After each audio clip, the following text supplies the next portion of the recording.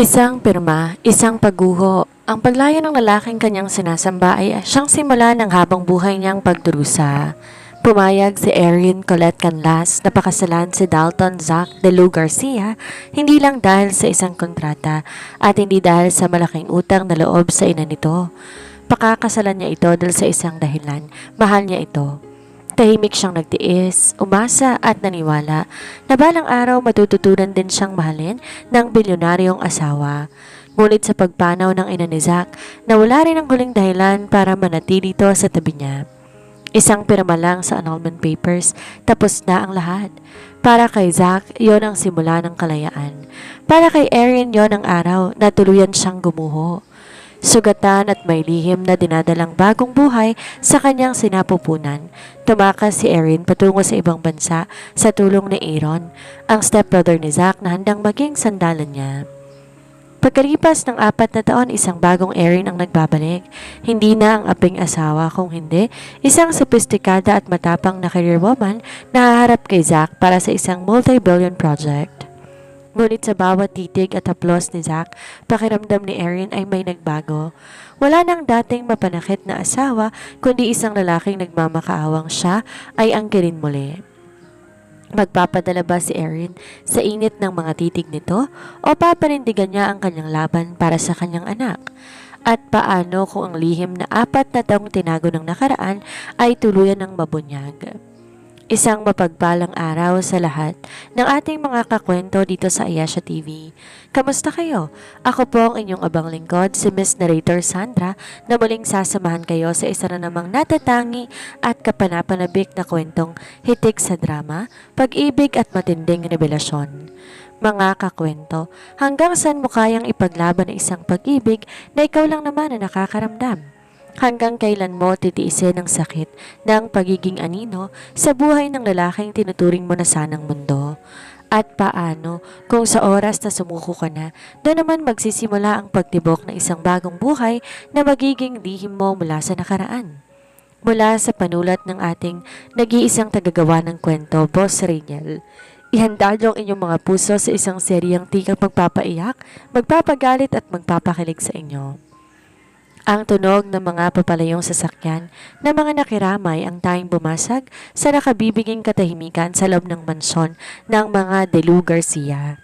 Katatapos lang ng libing ng Donya, ang ina ni Zack, ang nag-iisang tao na naging dahilan kung bakit nakatayo si Erin sa pamamahay na yon bilang legal na asawa. Pinasadahan ni Erin ng tingin ang kabuuan ng sala. Blanco, malamig, katulad ng lalaking kasalukuyang naglalakad pababa ng hagdan habang tinatanggal ang itim na kurbata nito. Si Dalton Zack de Lu Garcia, ang lalaking tahimik niyang minahal sa loob ng 5 taon. Ang lalaking pinagkakautangan niya ng buhay ng sarili niyang ina, kaya kahit ituring siyang basahan na natili siya. Umasa siya, naniwala siya na sa bawat sakripisyo niya balang araw, matututunan din siyang mahalin ito. Ngunit nagkamali siya. Maupo ka, Erin. Malamig at walang emosyon ang boses ni Zack. Ni hindi to tumitingin sa namumugto niyang mga mata. May nilapagtong puting sobre sa ibabaw ng glass table. Isang pamilyar na dokumento ang sumilip mula dito. Annulment papers. Pumanaw na si Mommy. Wala nang nag-iisang dahilan kung bakit kita pinakasalan at pinanatili sa tabi ko. Saad ni Zack, diretsyong nakatingin sa kanya ngayon. Ngunit walang kahit anong bakas ng pag-aalinlangan sa mga mata nito. Isang pirma mo lang, Erin. Tapos na ang lahat. Malaya ka na. At malaya na rin ako. Malaya. Ang sakit ng salitang yon para kay Erin.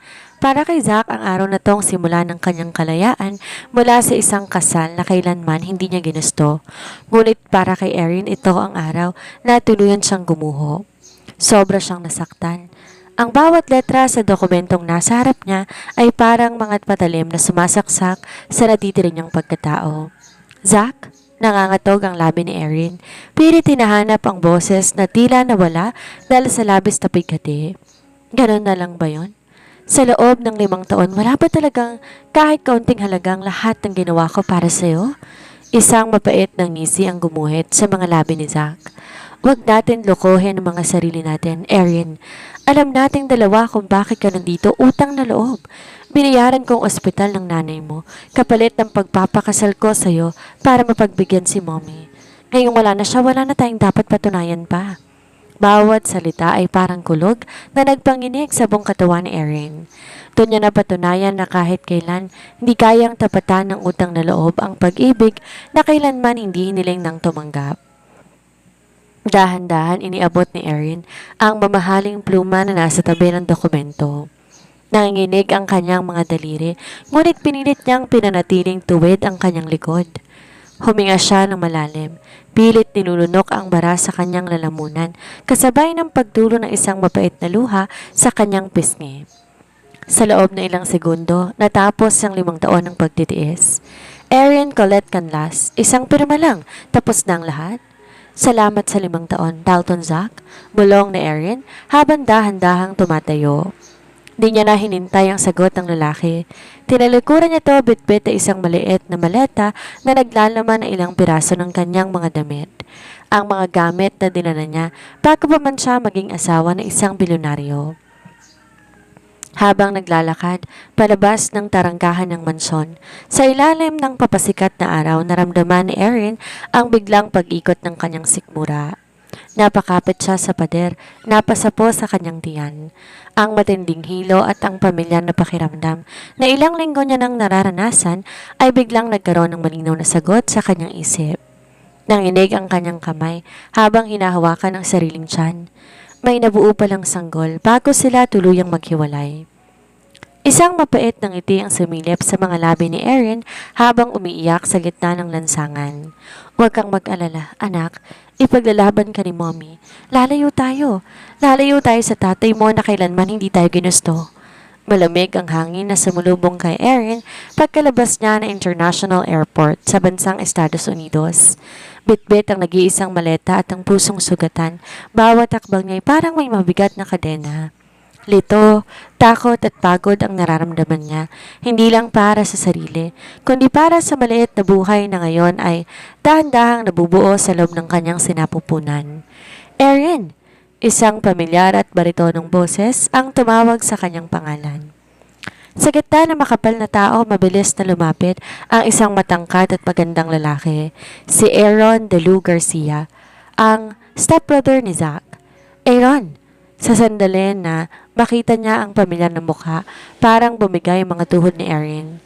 Kung di siya mabilis sa salon ng lalaki, baka tuluyan na siyang natumba sa semento. Nandito na ako, Erin. Ligtas ka na? Bulong na Aaron habang mahigpit siyang inaalalayan. Walang pag-aalinlangan kinuha nitong kanyang maleta at giniya siya patungo sa nakaparking sasakyan. Si Aaron ang naging kabaliktaran ng kanyang kapatid na si Zack. Kung si Zack ay parang yelo sa lamig at tapang, si Aaron tila mainit na sinag ng araw, puno ng unawa, tahimik na nagmamalasakit. Matagal nang malihim na pagtingin si Erox kay Erin, ngunit pinili nitong manatili sa gilid at irespeto ang kasal ng kapatid. Kaya nang tawagan siya ni Erin bago to sumakay ng eroplano para sabing tapos na ang lahat sa kanila ni Zack, walang dalawang isip, iniwan ni Aaron lahat sa Pilipinas para salubungin ito. Sa unang ilang buwan ni Erin sa bansa, halos gabi-gabi siyang umiiyak. Ang bawat sulok ng silid na tinutuluyan niya, saksi sa tindi ng kanyang pigati. Ngunit sa tuwing darating ang matinding morning sickness, doon siya unti-unting nagigising sa katotohanan. Isang gabi habang hinahaplos ni Erin ang kanyang tiyan na nagsisimula ng umbok, pumasok si Aaron sa sala bitbit ang isang baso ng gatas. Aaron, paano kung malaman ni Zack? May takot na tanong ni Erin. Paano kung bawiin niya ang anak ko kapag nalaman niyang may nabuo bago kami naghiwalay? Umupo si Erin sa tapat niya. Tinitigan siya ng may determinasyon. Hindi niya malalaman, Erin. Protektahan natin ang bata at kung kailangan, ako ang tatayong ama niya. Hindi ko hayaang saktan kang muli ni Zack. Ang mga salitang yon ang naging panggatong para magbago si Erin. Pinunasan ng mga luha at pinangako sa sarili na yon na ang huling beses na iiyak siya dahil sa isang lalaki. Nagsikap siya. Sa tulong at koneksyon ni Aaron, nag-aral siyang muli, pumasok sa mundo ng corporate management. Unti-unti ang dating mahiyain at aping si Erin natutong tumayo sa sarili niyang mga paa. Pagkalipas na ilang buwan, sa loob ng isang pribadong silid sa ospital, sinilang ni Erin ang isang napakagandang sanggol na lalaki. Ang unang iyak ng sanggol ay tila musika na nagpawi sa lahat ng sakit ng nakaraan. Nathan, bulong ni Erin, habang hawak ang maliit na kamay ng sanggol. Nathan ang pangalan mo, anak. Ikaw ang aking bagong simula. Habang nakatingin si Aaron sa mag-ina, alam niyang malayo pang lalakbay nila. Ngunit nakita niya sa mga mata ni Erin ang isang matapang na reyna na handang makipaglaban para sa kanyang anak. Ang mahina at ape na si Erin, Colette Canlas, tuluyan ng pumanaw at ang humalilay isang matatag na ina na wala nang kinatatakutan. 4 na taon ang mabilis lumipas.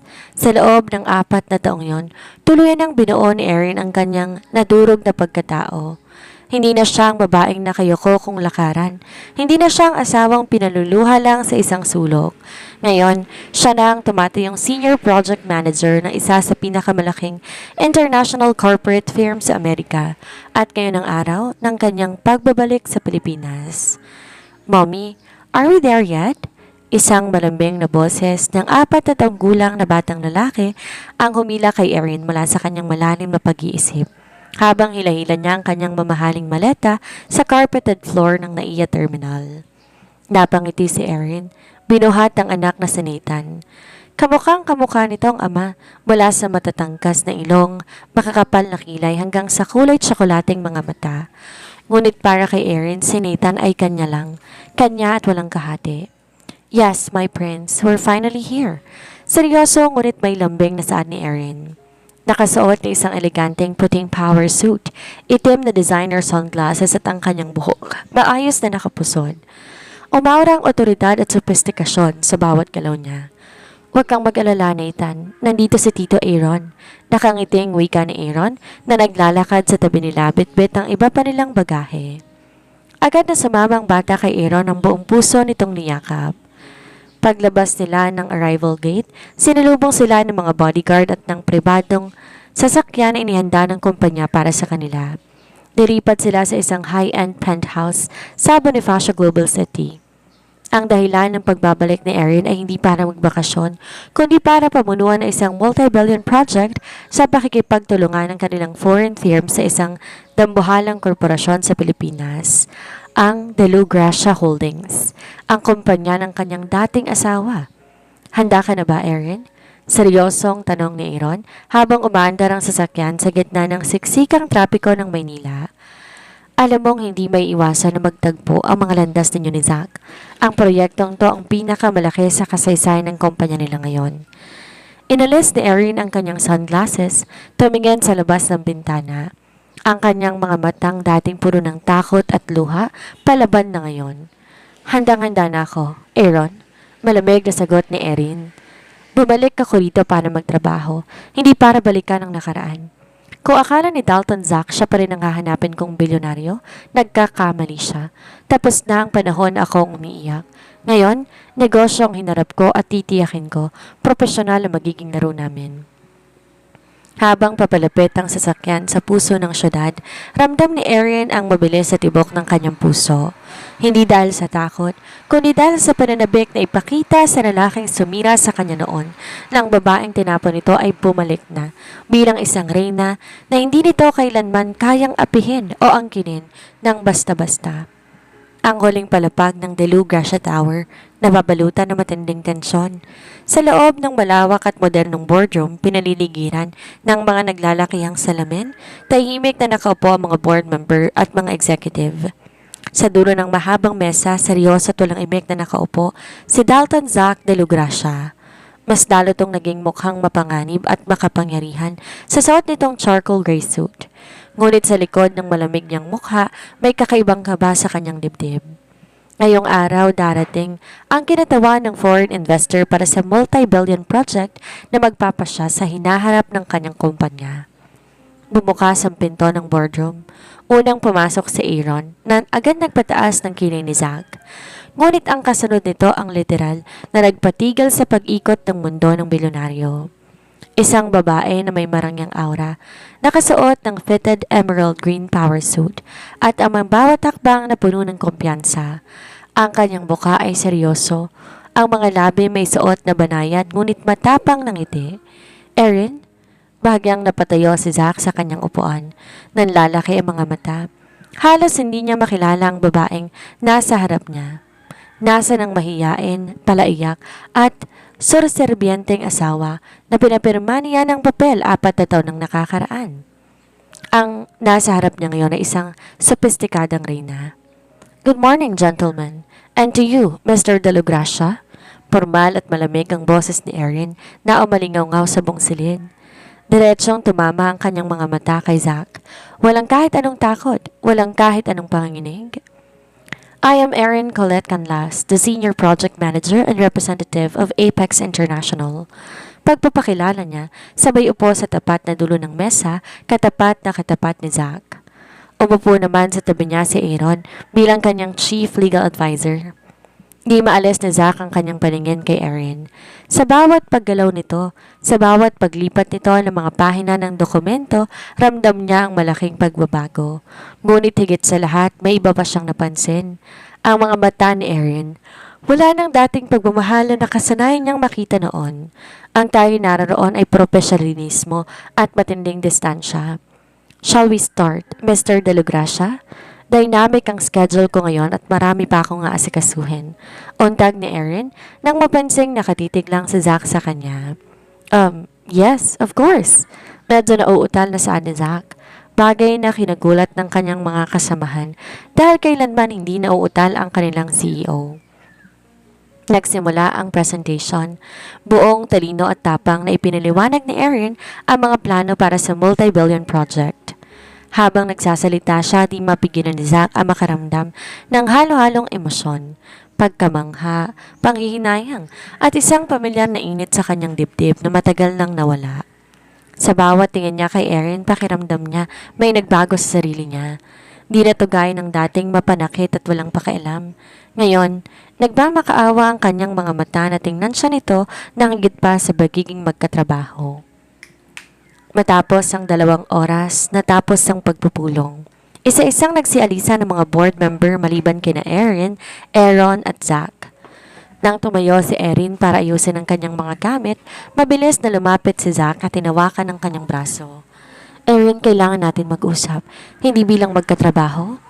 Bago pa man makakilos si Aaron, mabilis na binawi ni Erin ang kanyang braso mula sa hawak ni Zack. Tinitigan niya to ng malamig at diretsyo. Mr. De La Gracia, tapos na ang meeting. Kung may iba ka pang gustong pag-usapan na walang kinalaman sa proyekto, maaari mong tawagan ng secretary ko para magpa-schedule. Formal na saad ni Erin.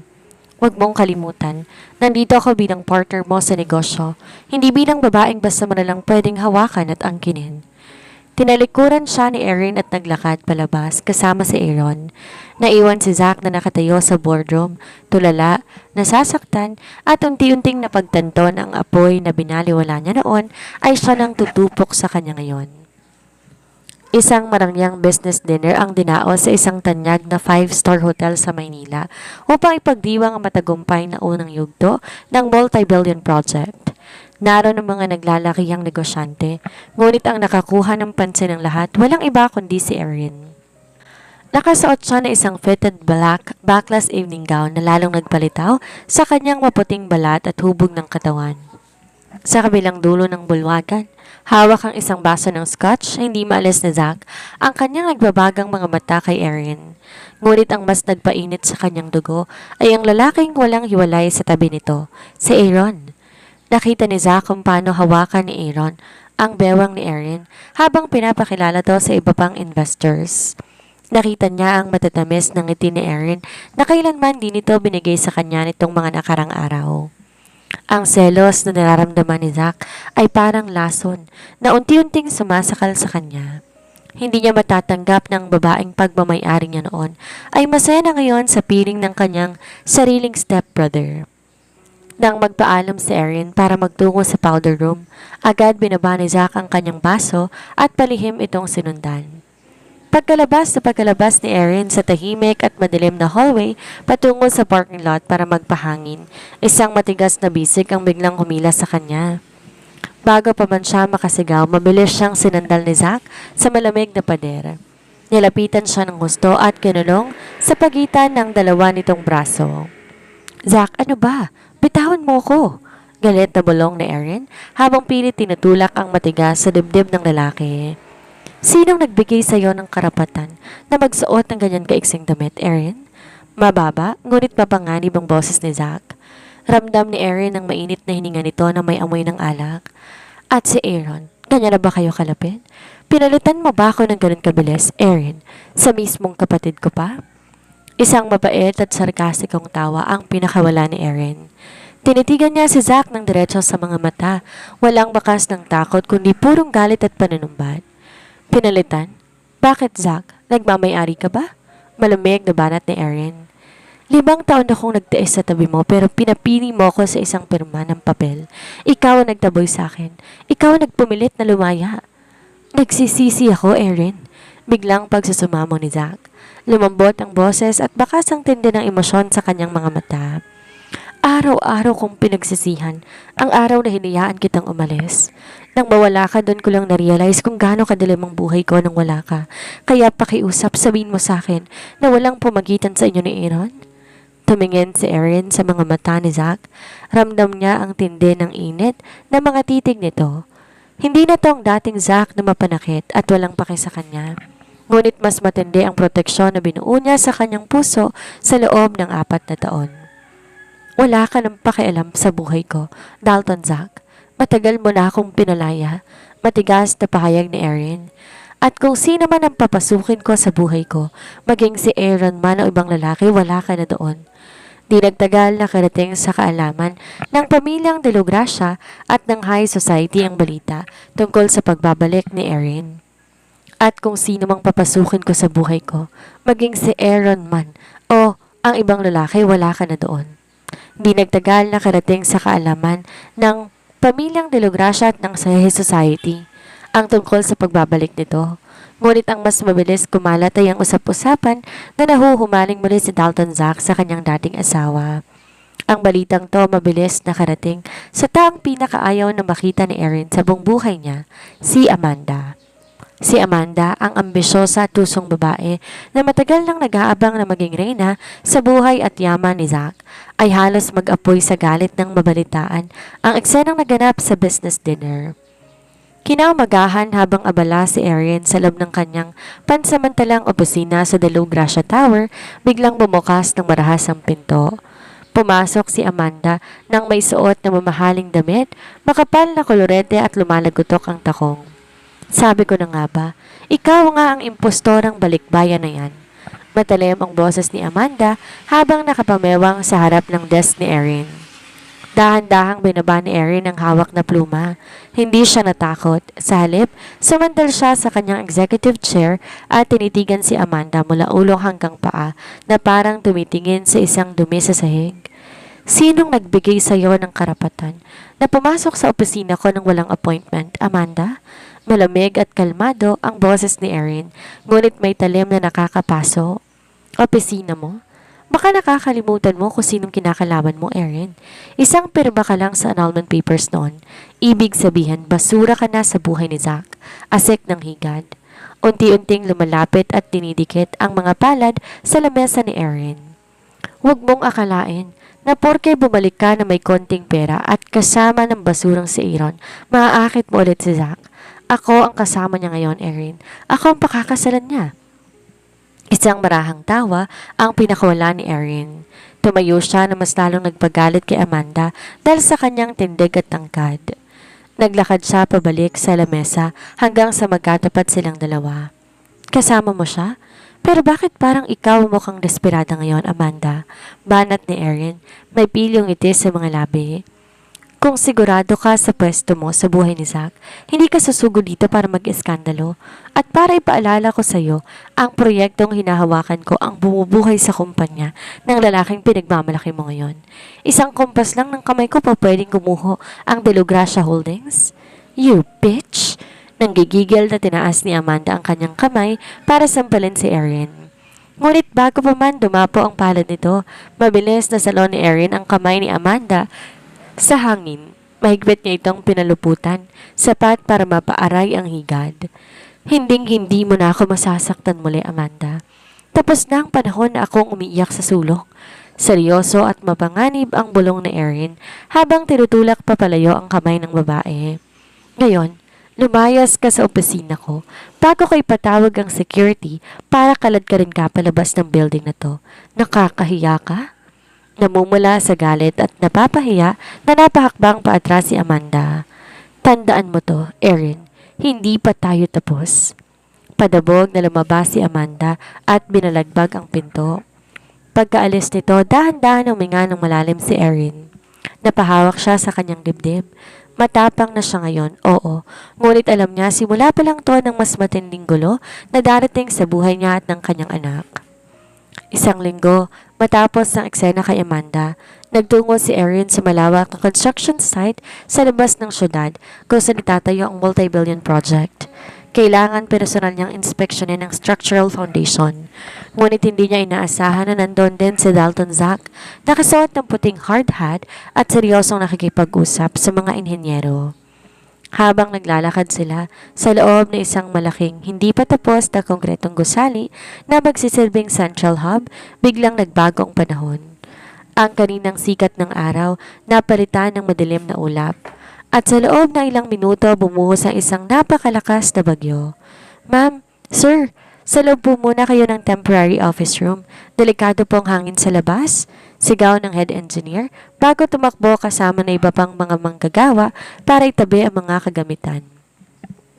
Mabilis pumasok sina Erin at Zack sa isang salyadong holding room na gawa sa makapal na semento at salamin. Sa lakas ng hangin, biglang humampas ang pinto. Otomatikong naglock ang heavy-duty digital handle mula sa labas dahil sa biglaang power outage. Nabalot ng dilim ang silid, maliban sa liwanag ng kidlat mula sa labas. Sandali, untag ni Erin habang kinakapa ang handle. Nakalock tayo, walang signal ang phone ko. Huwag kang magpanik, Erin. Maririnig nila tayo kapag humupa ng ingay ng ulan. Boses ni Zack mula sa kanyang likuran. Malapit ito, masyadong malapit. Humarap si Erin at sumandal sa pinto. Sa tulong ng liwanag ng kidlat, nakita niya ang mukha ni Zack. Walang suot na hard hat ang lalaki ngayon, habang bahagyang basang-basang ilang piraso ng buhok nitong humahadlang sa mata nito at ang mga matang yon nakatitig sa kanya ng may matinding pananabik at lungkot. Bakit mo ako iniwasan, Erin? Mahabang tanong ni Zack habang dahan-dahan humahakbang papalapit. 4 na taon. 4 na taon akong naglakad sa mundong to na parang patay dahil wala ka. Zack, wag ngayon. Nasa trabaho tayo? Pilit pinatatag ni Erin ang kanyang boses, ngunit ang mabilis na pagtaas-baba ng kanyang dibdib ang nagkanulo sa kanyang kaba. I don't care about the project anymore. Tuluyan nang nilapitan ni Zack si Erin. Pinatong ang 2 palad sa pinto, sa magkabilang gilid ng ulo ni Erin, kinukulong mali ang babae. Patawarin mo ko, Erin. Patawarin mo ko sa pagiging bulag ko noon. Gabi-gabi kong hinihiling na sana pwede pang ibalik ang oras. Sana hindi ko pinirmahan ng papel na yon. Huli na, Zack. Di na natapos ni Erin ang kanyang sasabihin dahil biglang yumuko si Zack at sinakop ang kanyang mga labi.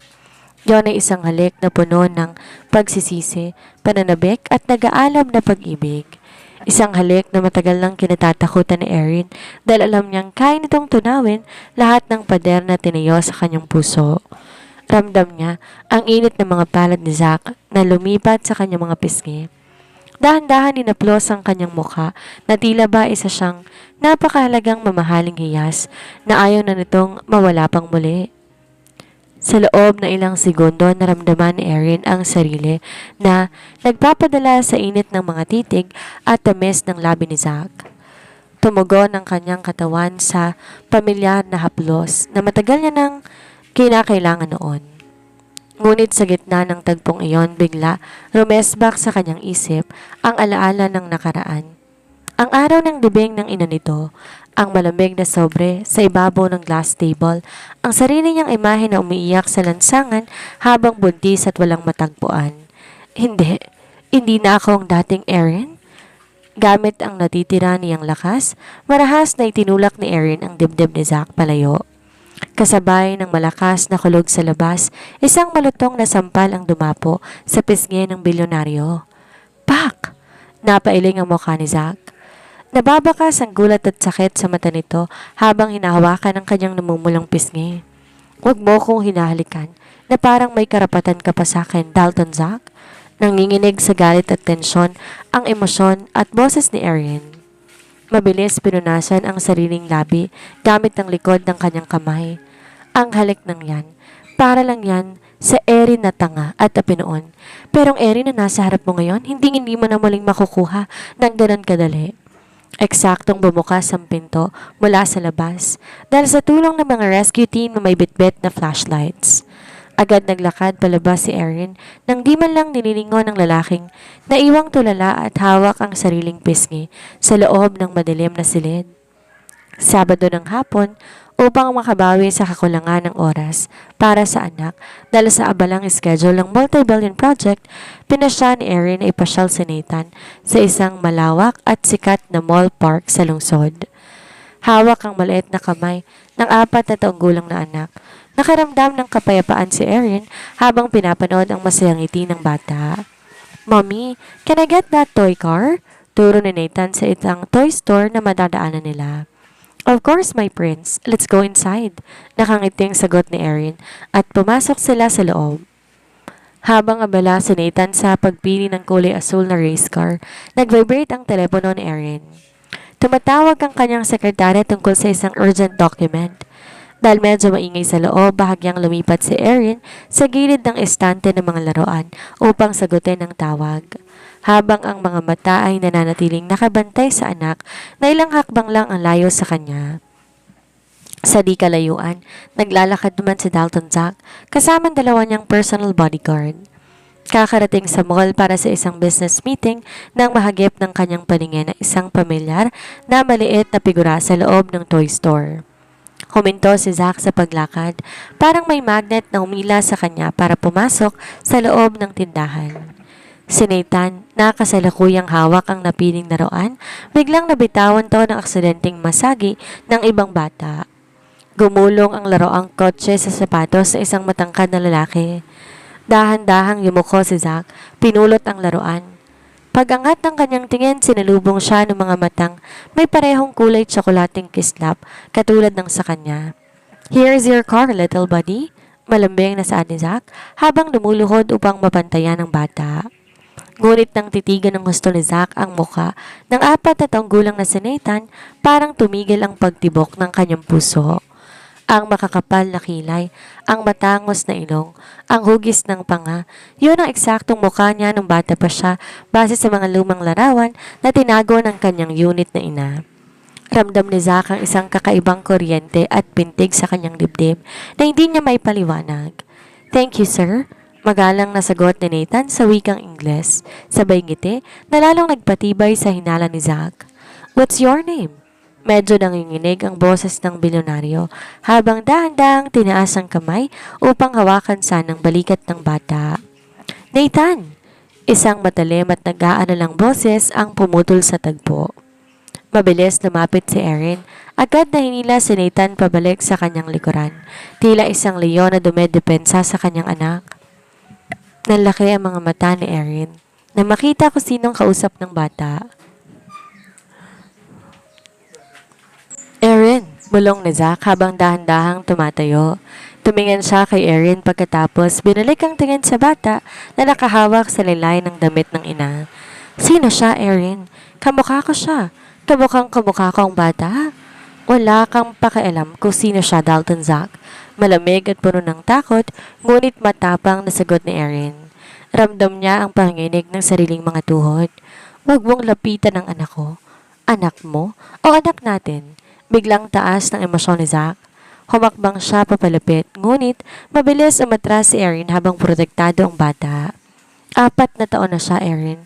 Eksaktong 4 na taon mula nang umalis ka sa Pilipinas. Huwag mong sabihin, sinabi ko nang wala kang karapatan sa kanya. Putol ni Erin na pinanatili ang otoridad sa kanyang boses upang di matakot ang kanyang anak. Si Nathan ay anak ko lang. Akin lang siya, Zack. At hindi mo siya po pwedeng angkinin. Binuhat ni Erin si Nathan ng mabilisan at tinalikuran si Zack. Mabilis siyang naglakad palabas ng toy store habang mahigpit na yakap ang anak. Naiwan si Dalton Zack sa gitna ng tindahan, tulala, hawak ang mabilis na tumitibok ng dibdib. Ang katotohanan unti-unti nang nagliliwanag sa kanyang isip at alam niyang di niya titigilan ang pag-alam sa buong lihim ng nakaraan. Di nakatulog si Zack ng gabing yon. Paulit-ulit bumabalik sa kanyang isipan ang mukha ng batang si Nathan. Ang mga ngata, ang ngiti at ang paraan ng pagtitig nito na parang tumitingin siya sa sariling salamin. Higit sa lahat ang matinding takot at agresibong depensa sa mga mata ni Erin nang ilayo nito ang bata. 4 na taong gulang. Eksaktong 4 na taon na nakalilipas nang pirma ni Erin ng papel at iwan ng mansyon. Kung buntis na si Erin bago pa man sila maghiwalay, ibig sabihin, hindi maaari. Bulong ni Zack sa sarili habang nakatitig sa kawalan sa loob ng kanyang malawak at madilim na silid. Gumuho ang mundo niya sa labis na pagsisisi. Kinaumagahan, maagang pinatawag ni Zack ang kanyang pinagkakatiwalaang pribadong investigador sa kanyang opisina. Gusto kong alamin mo lahat ng detalye tungkol sa panganak ni Erin Colette Canlas sa Amerika. Utos ni Zack, seryoso at malamig ang boses, ngunit may panginginig sa kanyang mga kamay. Kunin mo ang birth certificate ng bata at higit sa lahat, kinuha ni Zack ang isang maliit na plastic bag mula sa kanyang bulsa.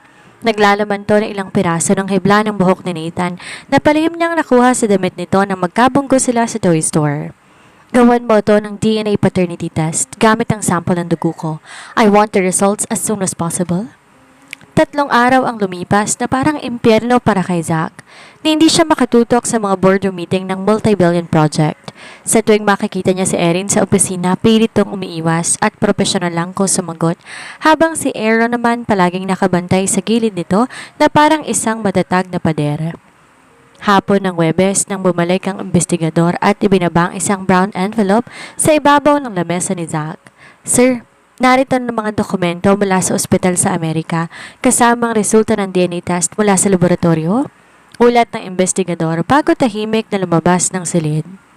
Nanginig ang mga daliri ni Zack habang binubuksan ng sobre.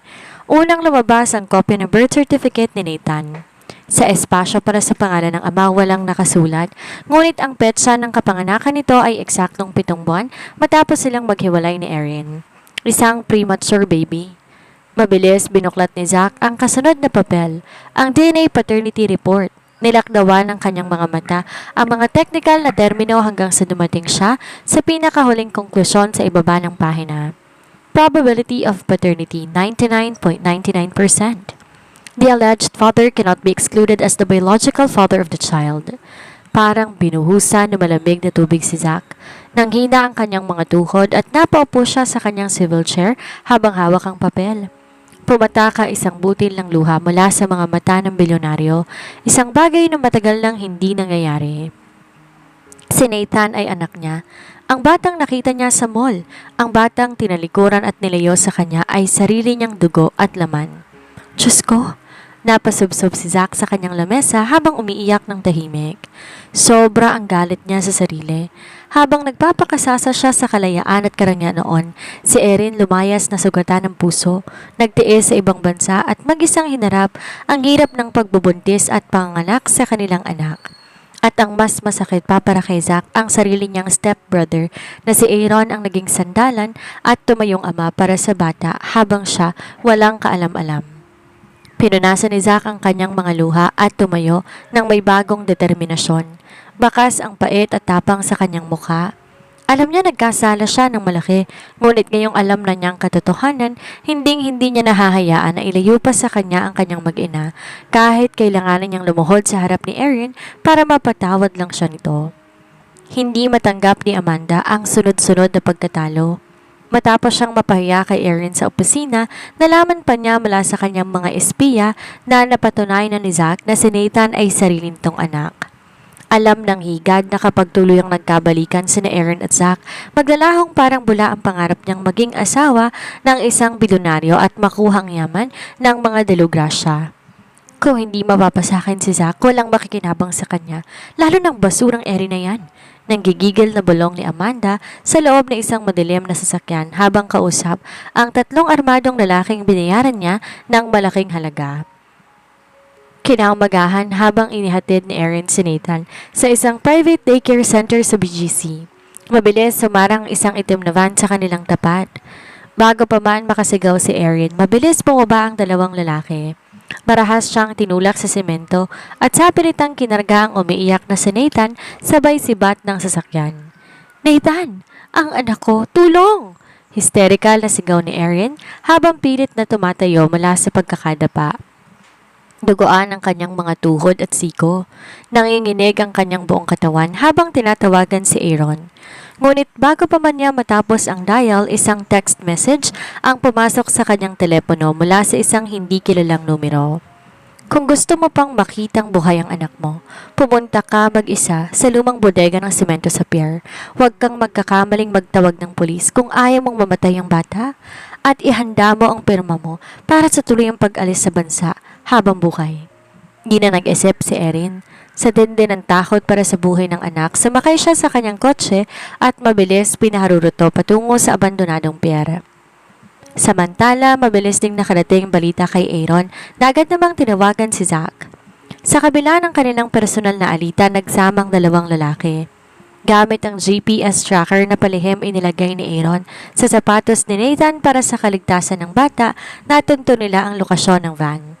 Zach, bilisan mo. Delikadong buhay ng anak mo. Ng anak ninyo ni Erin? Sigaw ni Aaron habang mabilis na nagmamaneho si Zach sa gitna ng trapiko. Baka sa matinding galit at takot sa mukha ng bilyonaryo. Nang makarating si Erin sa lumang bodega, sinalubong siya na nakatutok na baril ng mga tauhan ni Amanda. Sa dulo ng silid nakagapos si Nathan sa isang silya, umiiyak at takot na takot. Sa tabi nito nakatayo si Amanda, may hawak na kutsilyo at may baliw ng ngiti sa mga labi. Mommy! Iyak ng bata. Nathan! Pilit na lumapit si Erin ngunit pinigilan siya ng isang lalaki. Tinitigan niya si Amanda ng may galit. Amanda, ako ang may kasalanan. Huwag mong idamay ang anak ko. Pakawalan mo siya. Kasalanan mo talaga, Erin. Kung hindi ka bumalik, maayos ang buhay ko kay Zach. Sigaw ni Amanda habang itinutok ang kutsilyo sa mukha ng bata.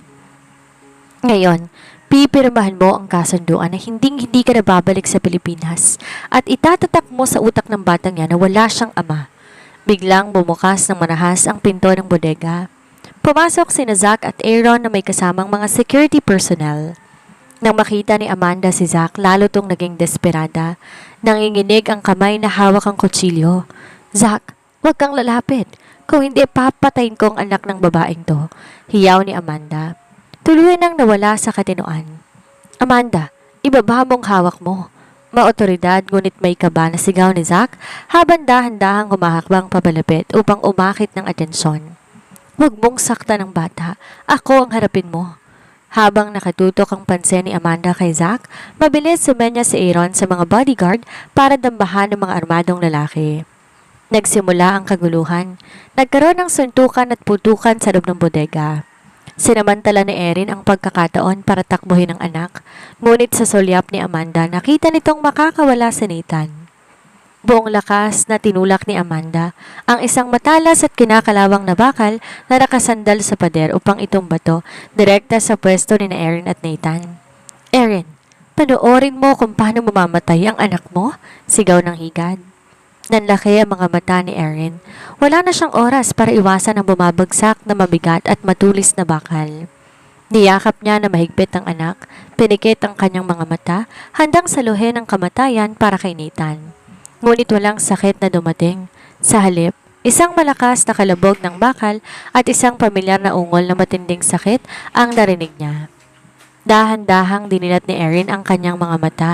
Doon, laking gulat niya na makita si Dalton Zach na nakatayo sa ibabaw nila. Sinalo ng sarili nitong likod ang mga bisig ang bumagsak na matalim na bakal upang protektahan silang mag-ina. Isang mabilis na agos ng dugo ang pumatak mula sa balikat at likod ni Zach direkta sa sahig. Zach, nangangatog na bulong ni Erin. Tuluyang nag-unahan ng mga luha sa kanyang mga mata habang nakatingin sa lalaking dahan-dahang nangihina sa kanyang harap. Zach! Ang hysterical na sigaw ni Erin ang umalingaw-ngaw sa buong bodega nang tuluyan nang bumigay mga tuhod ni Zach at bumagsak to sa semento. Kasabay noon ang pagpasok ng mga otoridad. Mabilis na dakip ng mga pulis si Amanda na nagsisigaw pa rin habang pinapuluputan ng posas pati na ang kanyang mga kasabwat. Agad na kinalaga ni Aaron si Nathan at binuhat ang bata palayo sa duguan at magulong eksena upang dito tuluyang mabadtrip o matroma. Zack, gumising ka. Huwag kang pipikit. Umiiyak na luhod ni Erin sa tabi ng sugatang bilonaryo. Walang pakialam si Erin kung marumihan ng dugo ang kanyang mamahaling damit. Pinatong niyang ulo ni Zack sa kanyang kandungan habang pilit dinidiin ang kanyang mga palad sa malalim na saksak ng bakal sa balikat at likod nito para patigilin ang pag-agos ng dugo. Erin? Nang hihina, putol-putol at halos pabulong ang boses ni Zack. Ang kanyang mukha kasing puti na ng papel, ngunit ang kanyang mga kamay na nanginginig ay pilit pa ring dinala sa pisngi ni Erin upang punasan ang mga luha nito. Ligtas ba ang anak natin? Oo, Zack. Ligtas si Nathan. Ligtas siya dahil sa'yo, sagot ni Erin habang humahagulhol. Ang bawat patak ng kanyang luha ay sumasama sa dugo sa mukha ni Zack. Kaya pakiusap, magpakatatag ka. Darating ng ambulansya. Mabuti naman. Pilit nang umiti si Zack. Bakas ang labis na kapayapaan sa kanyang mga mata sa kabila ng matinding sakit na nararamdaman sa kanyang katawan. Patawarin mo ko, Erin. Kung ito na ang huling pagkakataon, gusto kong malaman mo na mahal kita. Sobra ako nagsisisi sa lahat ng sakit na dinudulot ko sa iyo noon. Kung mamamatay man ako ngayon, alam kong karapat-dapat lang ito sa isang tulad kong naging bulag. Hindi, huwag kang magsasalita ng ganyan, Dalton, Zack. Tuluyan nang bumigay ang matigas na depensa na tiniyo ni Erin sa kanyang puso sa loob ng 4 na taon. Lahat ng galit, puot at pride ay naglaho ng parang bula sa harap ng katotohanan na maaari nitong tuluyang maiwan ang lalaking una at huli niyang minahal. Yumuko si Erin. Dinikit ang kanyang noo sa noo ni Zack. Mahal kita, Zack. Narinig mo ba ako? Hindi kita pinatawad noon dahil natakot akong masaktan mo ulit, pero mahal pa rin kita. Huwag mo kaming iiwan ng anak mo. May laban pa tayo, di ba? Kaya pakiusap, lumaban ka. Isang mahabang buntong hininga ang pinakawala ni Zack matapos marinig ang pag-amin ni Erin bago tuluyang pinikit ang kanyang mga mata at nawalan ng malay sa kanyang kandungan. Makalipas ang ilang oras sa loob ng intensive care unit ng isang pribadong ospital, nakaupo si Erin sa sahig habang nakasubsob ang mukha sa kanyang mga tuhod. Katabi niya si Aaron na tahimik na nag-aalaga kay Nathan na kasalukuyang natutulog sa sofa ng waiting room. Lumabas ang doktor mula sa ICU. Mabilis na tumayo si Erin. Dok, kamusta ang asawa ko? Hindi namamalayang salita na lumabas sa labi ni Erin. Huminga na malalim ang doktor, tinanggal ang kanyang mask. Ligtas na ang pasyente, ma'am. Malalim ang saksak ng bakal at malaki ang nawalang dugo sa kanya. Ngunit mapalad na hindi tinamaan ang kanyang mahalagang organs. Stable na siya ngayon at ililipat na namin sa private recovery room. Maaari niyo na siyang puntahan. Parang nabunutan ng isang toneladang tinik sa dibdib si Erin. Napasandal siya sa pader at napaiyak sa labis na pasasalamat. Dahan-dahan siyang naglakad patungo sa silid ni Zack. Nang buksan niya ang pinto, sumalubong sa kanya ang monitor ng tibok ng puso at ng lalaking nakahiga doon. May mga dextrose at aparatong nakakabit, ngunit dahan-dahang nagmumulat ng mga mata nang maramdaman ang kanyang pagpasok. Lumapit si Erin, hinawakan ng malamig na kamay ni Zack. Sa pagkakataong ito, wala ng distansya, wala ng galit. Ang tanging naroon ay pangako ng isang pusong handa ng magpatawad at magsimulang muli. 1 taon ang mabilis na lumipas matapos ang madugong insidente sa bodega. Ngayong araw, ang malawak na bulwagan ay isang marangyang hotel sa Maynila, punong-puno ng hiyawan, palakpakan at mariing pagbati. Matagumpay at opisyal nang natapos ang multi-billion project na pinagtulungan ng Apex International at Delogracia Holdings. Isang proyekto na nagdala sa 2 kumpanya sa tugatog ng tagumpay ng buong Asya. Ngunit para sa mga taong nasa loob lamang ng silid, alam nilang hindi lang negosyo ang nagtapos sa tagumpay na ito, kundi isang pamilyang minsan nang winasak ng pagkakataon. Sa isang sulok ng bulwagan, nakatayo si Erin habang may hawak na baso ng champagne. Nakatayo si Aaron nakatingin sa gitna ng entablado. Maluwag sa loob niyang tinanggap ang katotohanan. Alam niyang kahit kailan hindi niya mapapatunayan ang pag-ibig ni Erin para kay Zack, kaya pinili niyang magpaubaya ng may dangal.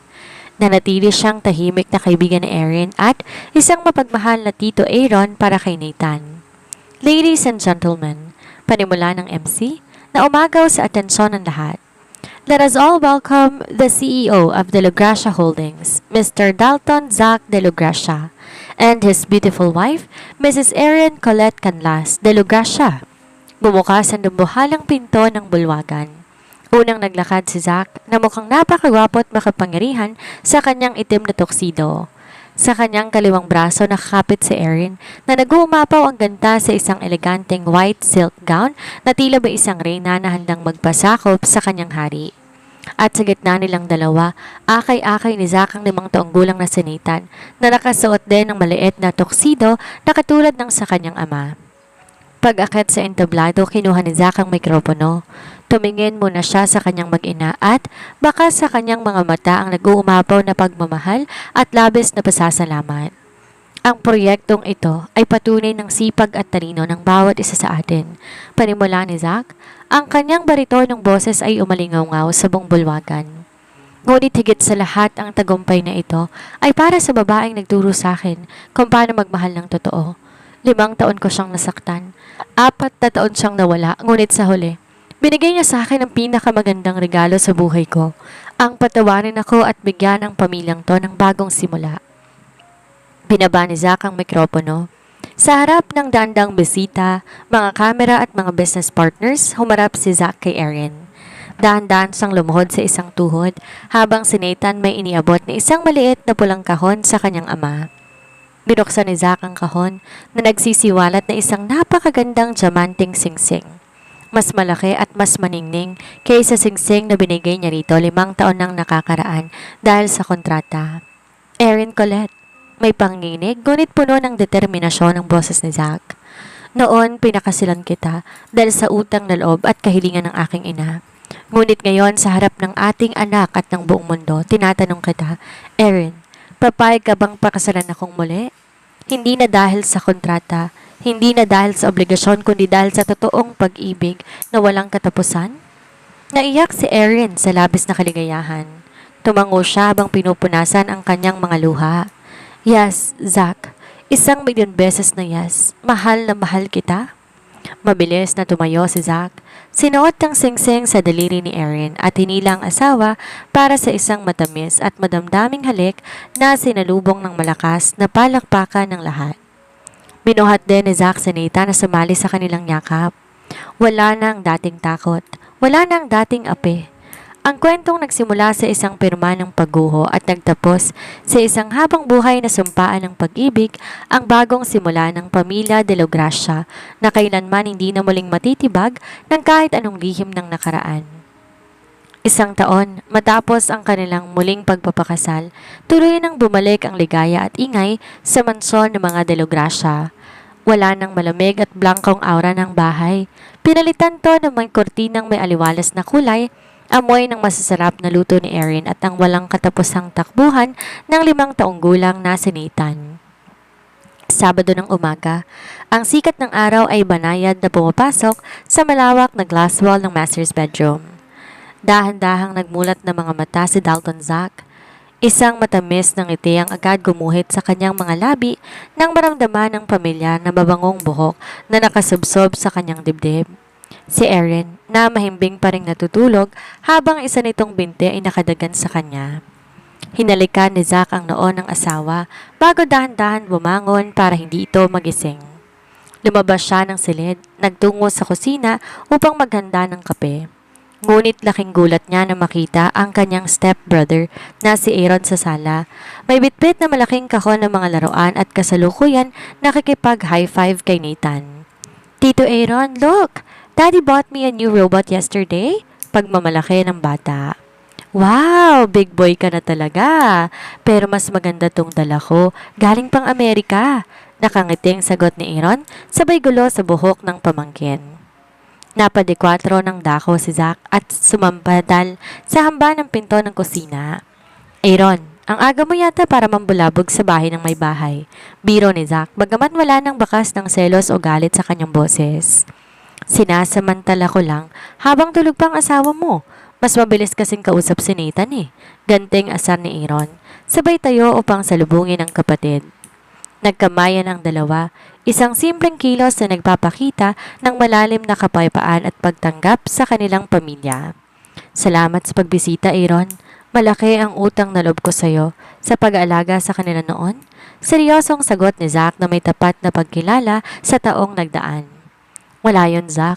Basta wag mo silang paiiyakin muli, kundi babawin ko talaga sila. Natatawang banta ni Aaron bago nagpaalam dahil may maagang flight pabalik ng ibang bansa para sa isang business trip. Nang makaalis si Aaron, saktong bumaba si Erin mula sa hagdanan. Nakasuot na isang simpleng silk robe. Magulo ang buhok, ngunit natural na nag-uumapaw ang ganda. Sino yon, sweetheart? Tanong ni Erin habang naglalakad papalapit kay Zack at natural na yumakap sa bewang ng asawa. Si Aaron, inihatid lang pasalubong ni Nathan bago umalis. Sagot ni Zack. Hinubog niya ang mukha ni Erin at hinalikan ito ng mabilis sa labi. Good morning, my queen. Good morning. Nakangiting tugon ni Erin. Habang nagtitimpla ng kape si Erin, biglang lumapit si Nathan at niyakap ang binti ng kanyang ama. Daddy, can we go to the park today? You promised me last week, remember? Yumuko si Zack at binuhat ng anak. Pinisngi niya ito ng dambuhala na ikinatawa ng bata. Of course, my prince. Dadalhin ka ni na mommy at daddy sa pinakamalaking parke at bibili natin lahat ng ice cream na gusto mo. Yay! Pagsapit ng hapon, natupad ang pangako ni Zack. Sa ilalim ng malalaking puno na isang eksklusibong parke sa Taguig, nakalatag ang isang picnic blanket. Masayang pinapanood ni na Erin at Zack si Nathan na kasalukuyang hinahabol ang mga makukulay na paru-paro sa damuhan. Inakbayan ni Zack si Erin at sinandal ang ulo nito sa kanyang balikat. Minsan, di pa rin ako makapaniwala. Bulong ni Zack habang nakatitig sa anak. 4 na taon kong hindi kapiling si Nathan. 4 na taon kong di nalaman na may lihim pala akong bunso na naghihintay sa akin. Pakiramdam ko na pakarami kong kailangan po na ng oras para sa pamilya. Humarap si Erin kay Zack. Hinawakan ang kamay ng asawa. Pinagdaop ang kanilang mga daliri kung saan nagniningning ang kanilang mga singsing. Zack, tapos na ang nakaraan. Ang mahalaga, nandito ka na ngayon. Ikaw ang pinakamabuting ama para kay Nathan. At nakikita ko kung gaano kanya kamahal. Pag-aalo ni Erin, puno ng pag-unawa at pagmamahal ang mga mata. Huwag mo nang isipin ang mga taong nawala. Isipin mo ang mga taon na darating pa. Ngumiti si Zack at hinawakan ng tiyan ni Erin na may kasamang malambing na pag-asa. Speaking of the years to come, mukhang kailangan na nating sundan si Nathan. Sweetheart, para hindi na siya nag-iisang lihim na bunso ng pamilya natin. Namula ang mga pisngi ni Erin sa biro ng asawa at bahagyatong hinampa sa dibdib. Zack, nandyan ang anak mo nakatingin. Mommy, Daddy, look! Sigaw ni Nathan habang tumatakbo pabalik sa kanila. May hawak na isang maliit na dilaw na bulaklak at ibinigay ito kay Erin. For the most beautiful mommy in the world. Thank you, my prince. Hinalikan ni Erin ang anak sa pisngi. Mabilis naman sumingit si Zack at binuhat si Nathan upang isakay sa kanyang mga balikat. Paano si Daddy? Walang kiss?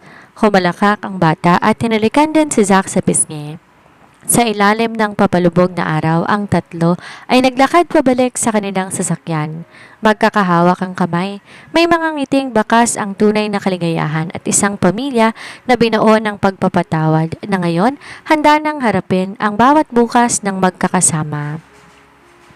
At dito na po nagtatapos ang kwento ng pagtitiis, pagbangon at muling pagkabuo ng pamilya ni na Erin, Zack at kanilang munting prinsipe na si Nathan. Mga kakwento, tunay nga ng pag-ibig, hindi laging madali. Minsan, kailangan muna natin maranasan na gumuho at mawala upang mas matutunan natin na pahalagahan ang mga bagay na pinalampas natin noon. Katulad ni Zack, huli na nang mapagtanto niya ang halaga ng isang Erin Colette. Ngunit dahil sa tapat na pagsisisi at pagpapakumbaba, muling binuksan ng tadhana ang pinto para sa isang mas matatag na bagong simula. Sa ngalan po ng buong pamunuan ng Ayesha TV at mula sa mapagpalang panulat ng ating nag-iisang utak sa likod ng magandang obrang ito, walang iba kundi ang ating tagagawa ng kwento, si Boss Reynal. Kami po ay buong pusong nagpapasalamat sa inyong walang sawang pagsubaybay, pag-antabay at pagpapaiyak kasama namin mula Kabanata 1 hanggang sa ating wakas. Huwag niyo po sanang kakalimutang i-like ang videong ito, mag-subscribe sa ating channel at i-share ang ating kwento sa inyong mga kaibigan. At syempre, iwanan ang inyong mga saloobin sa ating comment section. Ano ang pinaka-paborito ninyong tagpo sa buhay ni na Erin at Zach? Gusto kong mabasa yan. Muli, ako po ang inyong tagakwento at kapuso, si Miss Narrator Sandra. Hanggang sa muling pagbubukas ng pahina ng panibagong kwento ng pag-ibig at buhay, dito lang sa Ayesha TV. Mag-iingat po tayong lahat at pagpalain kayo ng may kapal.